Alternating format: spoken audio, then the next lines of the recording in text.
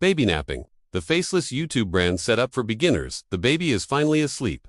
You have maybe 30 minutes before the next meltdown, meal, or diaper crisis. And you're sitting here wondering if there's actually a way to build something that matters without sacrificing the few moments of sanity you have left. Let me tell you what the productivity gurus won't. You don't need to wake up at 4 in the morning. You don't need a capsule wardrobe or a color-coded planner.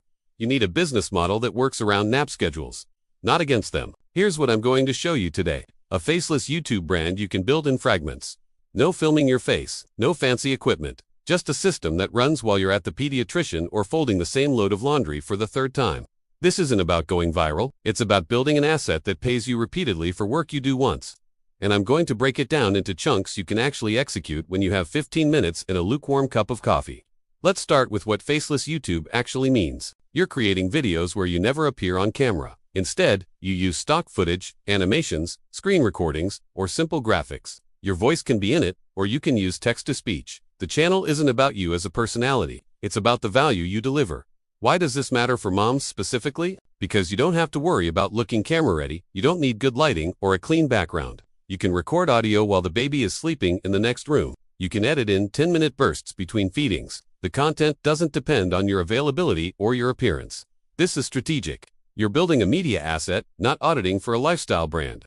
Now let's talk about why YouTube and not something else. YouTube has built-in distribution. The algorithm actively pushes your content to people who want it. You're not fighting for attention on a crowded social feed. You're creating searchable, evergreen content that compounds over time. A video you publish today can still be earning you money 2 years from now. That's passive income in the truest sense. You do the work once during nap time, and it pays you while you're doing literally anything else. Compare that to Instagram, where a post dies in 48 hours, or TikTok, where you're on a content treadmill just to stay visible. YouTube rewards the builder, not the performer. Here's the setup process. Broken into naptime chunks. Chunk 1. Choose your niche. 15 minutes. You need a topic that has search demand, isn't oversaturated, and doesn't require you to be an expert. Think laterally. Don't go after how to lose weight or make money online. Those are Instead, look for underserved angles.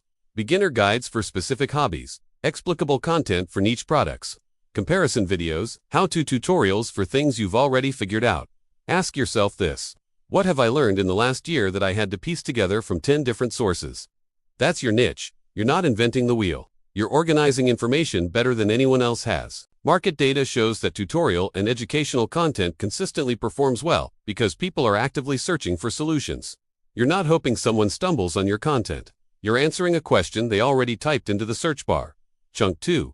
Set up your channel. 20 minutes. Create a Google account if you don't have one. Set up a YouTube channel.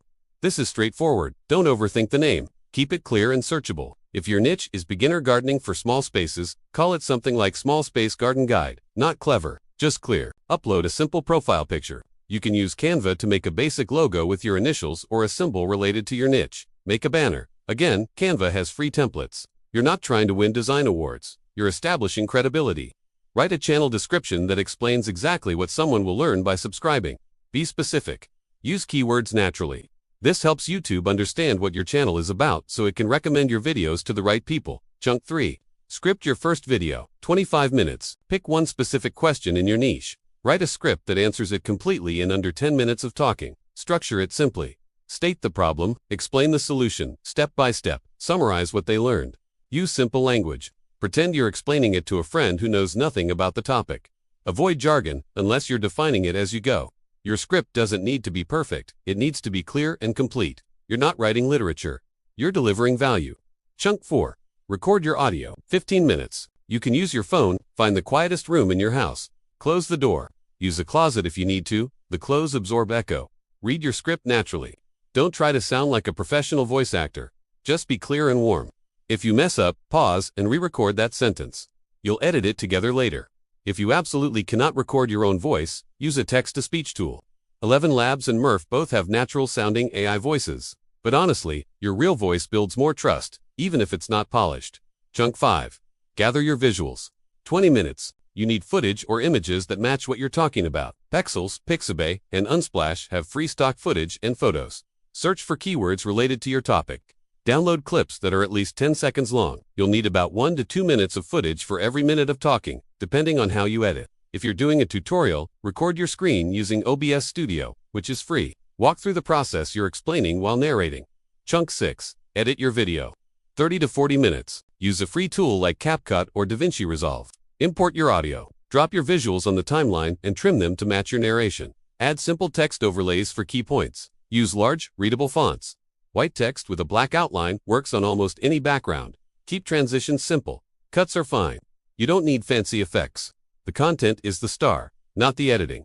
Export in 1080p. That's the standard. YouTube will process it from there. Chunk 7. Create your thumbnail. 15 minutes. Back to Canva. Use a YouTube thumbnail template.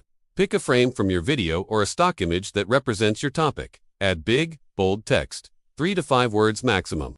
Make it readable on a phone screen. Use high contrast colors, yellow and black, white and red. These pop. Your thumbnail should make someone curious or promise a clear benefit. Think of it as a billboard. You have half a second to get their attention. Chunk 8. Write your title and description. 10 minutes. Your title should include the main keyword someone would search for. Make it specific and benefit-driven, not gardening tips but how to grow tomatoes in a small apartment balcony. In your description, expand on what the video covers. Use your keywords naturally in the first 2 sentences. Add timestamps if your video has clear sections. Include links to any tools or resources you mention.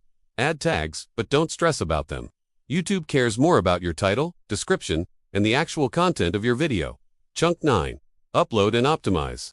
10 minutes. Upload your video. Fill in all the fields. Choose a category. Add it to a playlist, even if it's your first video. Playlists help with watch time. Set it to public or schedule it for a specific time.